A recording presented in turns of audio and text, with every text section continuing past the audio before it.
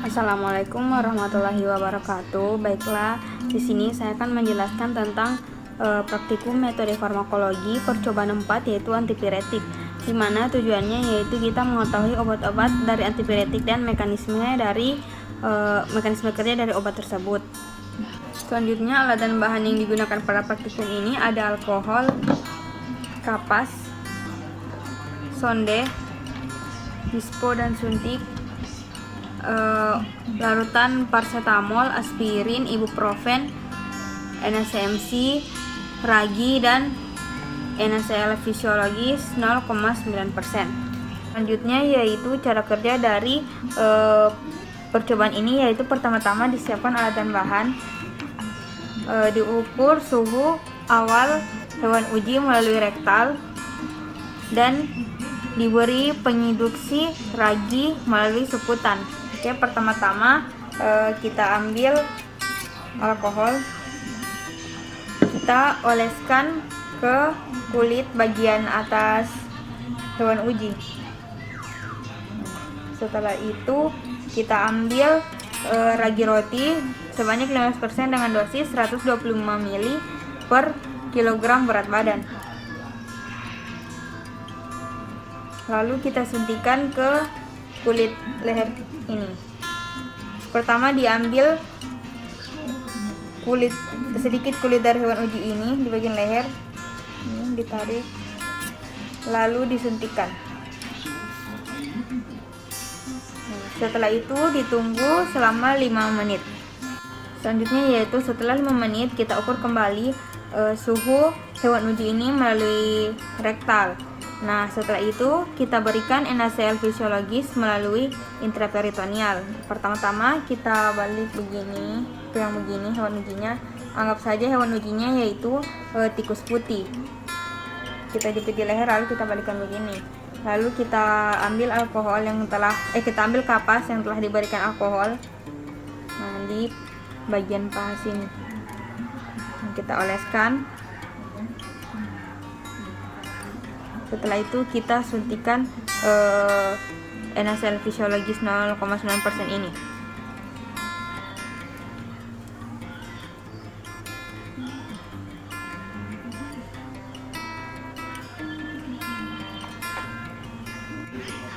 Selanjutnya yaitu rute pemberian secara oral.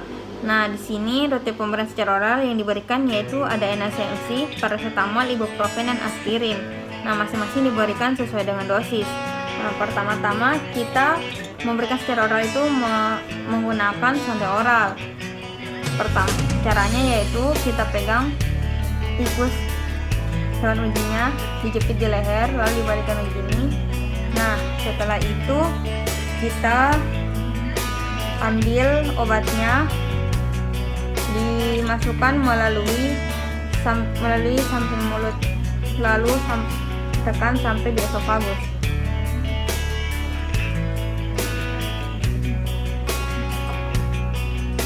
Setelah itu kita ukur suhu hewan uji pada menit ke-5, 10, 15, 20, 25, dan 30.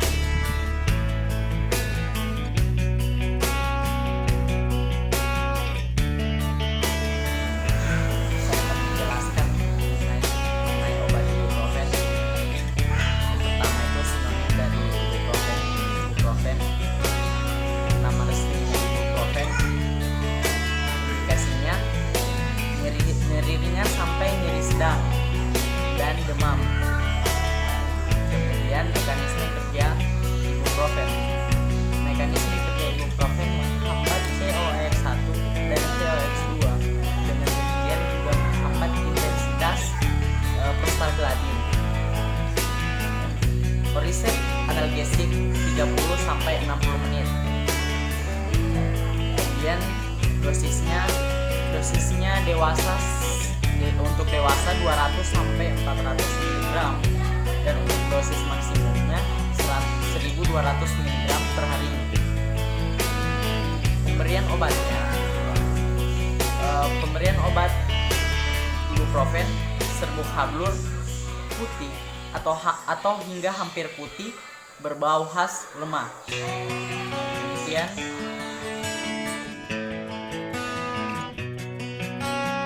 Jadi spesifikasi obat paracetamol itu sendiri yaitu golongannya antipiretik dan analgesik.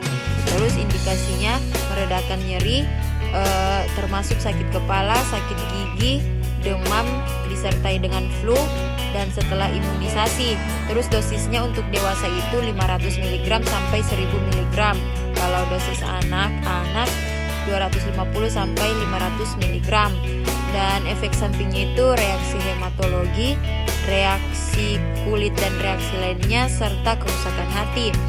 Kemudian farmakokinetiknya itu diabsorpsi cepat di saluran GI, metabolisme secara signifikan terjadi dalam sel usus dan dalam hipotosis.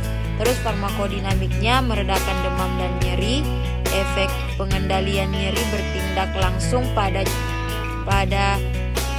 cus dengan menghambat sintesis prostaglandin pada sistem saraf. Kemudian mekanisme kerjanya itu menghambat sintesis prostaglandin terutama di sistem saraf pusat.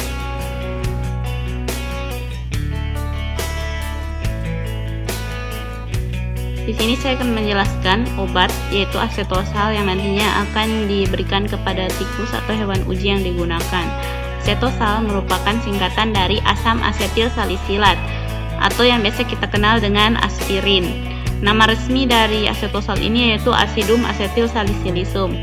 Indikasinya yaitu untuk meredakan nyeri dan radang pada penyakit rematik dan penyakit pada otot skelet lainnya. Mekanisme kerjanya yaitu bekerja terutama pada penghambatan sintesis prostaglandin E2 dan tromboksan A2.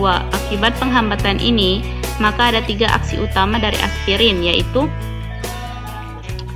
yang pertama sebagai antiinflamasi karena penurunan sintesis prostaglandin proinflamasi, yang kedua sebagai analgesik karena penurunan prostaglandin E2 akan menyebabkan penurunan sensitisasi akhiran saraf nociceptif terhadap mediator proinflamasi, yang ketiga yaitu antipiretik karena penurunan prostaglandin E2 yang bertanggung jawab terhadap peningkatan set point pengaturan suhu di hipotalamus. Kemudian untuk dosis yang digunakan yaitu 50 mg per 70 kg berat badan. Untuk menentukan berapa dosis pada tikus, kita gunakan rumus KD, stok, dan VP. Jadi pertama kita cari KD-nya dengan rumus dosis kali FK, di mana FK pada tikus putih yaitu 0,018. Kemudian dicari stoknya dengan rumus KD kali BB max per 1/2 VP max, di mana VP max yang digunakan 5 mili karena pemerian secara intraperitoneal. Kemudian VP-nya dengan rumus KD kali BB per stok. Kemudian kalau didapatkan hasil VP, nah VP itu yang jumlah banyaknya suspensi yang akan disuntikan ke tikus. Kemudian rute pemberian obat secara intraperitoneal. Baiklah, saya rasa sekian yang dapat kami sampaikan. Mohon lebih dan kurangnya mohon dimaafkan. Sekian dan terima kasih.